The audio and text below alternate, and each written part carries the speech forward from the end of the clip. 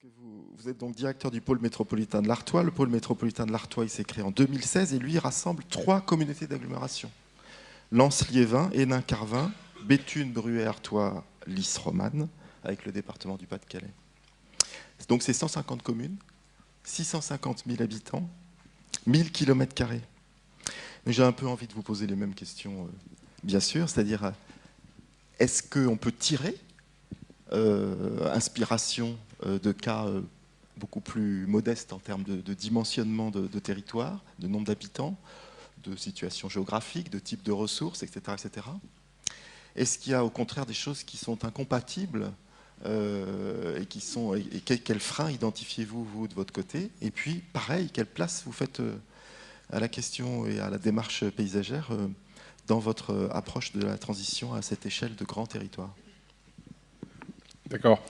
Je vais peut-être pas répondre dans l'ordre. Alors, d'abord, effectivement, excusez Alain Vacheux, qui a un petit souci d'ordre familial. Et donc, je vais essayer de le remplacer au débeauté.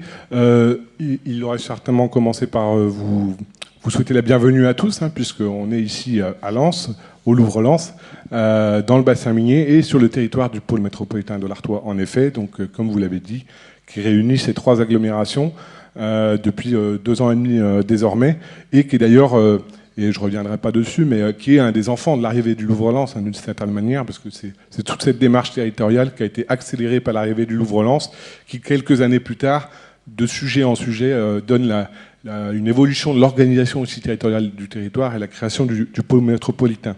Alors, moi, ce qui me fascine à la fois dans les exemples que vous avez présentés ce matin, enfin, depuis tout à l'heure, mais également ce que j'ai entendu dans la table ronde précédente, c'est qu'en fait, on est tous sur une question, c'est pas tellement comment on remet l'église au milieu du village, mais comment on remet l'énergie au milieu du paysage. Parce que ce qui est assez intéressant, c'est qu'on était jusqu'à présent sur une production d'énergie, d'électricité un peu magique, hein. Il y avait quelques grosses centrales, en général assez loin de chez nous. Et puis l'électricité arrivait comme par miracle dans notre salle de bain et on trouvait ça assez génial. Finalement, la question de la production d'énergie avait un peu disparu de notre préoccupation. Et on voit aujourd'hui qu'avec la transition énergétique qu'on doit conduire, on va devoir réintroduire et finalement se réapproprier la production d'énergie sur nos territoires. Et donc c'est exactement ce que vous êtes en train d'essayer de réaliser à votre niveau, vous également. Pour ce qui concerne le pôle métropolitain de l'Artois, c'est aussi une ambition qui est aujourd'hui présente. Donc la première inspiration qu'on tire de ce que je tire de ce que j'ai entendu ce matin, c'est que c'est une question qui nous préoccupe tous, qu'on soit de territoire rural, urbain, petit, grand, industriel. Ça, c'est quand même intéressant. Deuxièmement, ce que je trouve intéressant, c'est que vous réussissez tous à avancer parce qu'à un moment donné, vous impliquez le citoyen et l'ensemble des acteurs. Et ce qui est intéressant, j'ai entendu pas que les acteurs économiques, mais aussi les acteurs culturels, les acteurs sociaux. Et ça, c'est extrêmement intéressant. Et là, pour le coup, qu'on soit un petit territoire, un grand, peuplé ou pas, c'est certainement une règle d'or. L'autre élément qui m'a intéressé, c'est que vous vous dotez aussi d'ingénierie. Parce qu'on est là sur des questions, les questions énergétiques, c'est pas des questions qui s'improvisent. Parfois, il y a des questions derrière très techniques, très technologiques, qui peuvent un peu rebuter, et pourtant, il faut bien les affronter. On parle de kilowattheure, de térawattheure. Moi, personnellement, j'ai toujours pas compris la différence. Et honnêtement, c'est vraiment des questions qu'il faut affronter avec beaucoup de compétences, avec des scientifiques. Et ça, vous avez pris soin les uns et les autres de faire ça, et pour nous, c'est extrêmement inspirant. Alors, peut-être que après, ce qui est peut-être plus difficile à décliner, c'est que, bon, comme vous l'avez dit, ici, c'est 650 000 habitants. Alors, on a une chance, c'est que l'énergie, ici, ça cause. Je veux dire, on n'est pas dans un territoire où, effectivement, l'énergie est quelque chose d'assez abstrait. Ça a été dit ce matin, le paysage, ici, a été façonné par la production énergétique.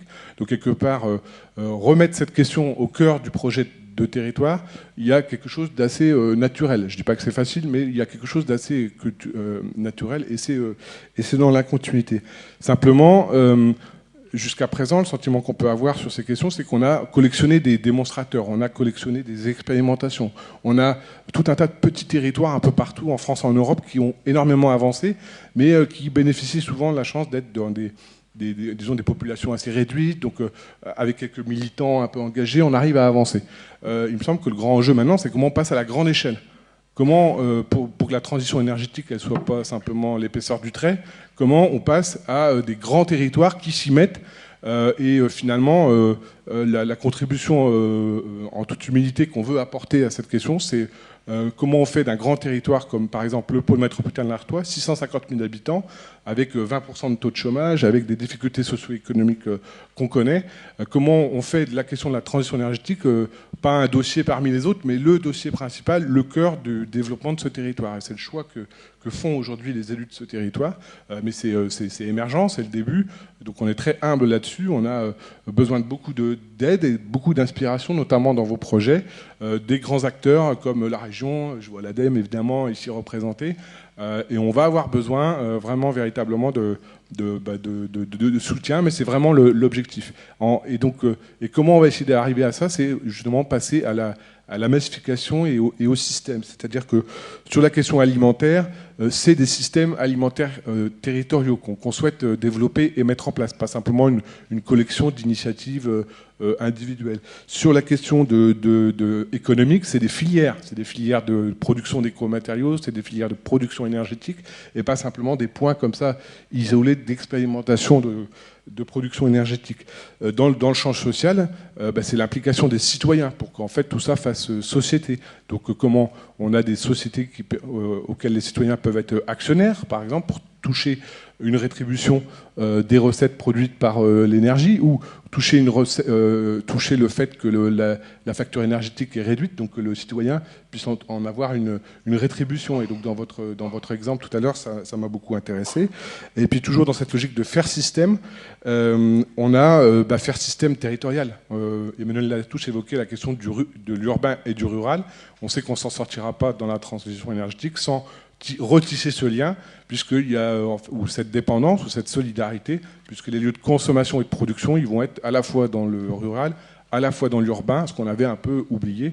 Et donc il faut qu'on retisse finalement ce tissu-là. Donc c'est ce qu'on essaye d'entamer, de faire démarrer au niveau du pôle métropolitain. Et c'est pour ça que cette journée est passionnante pour nous également.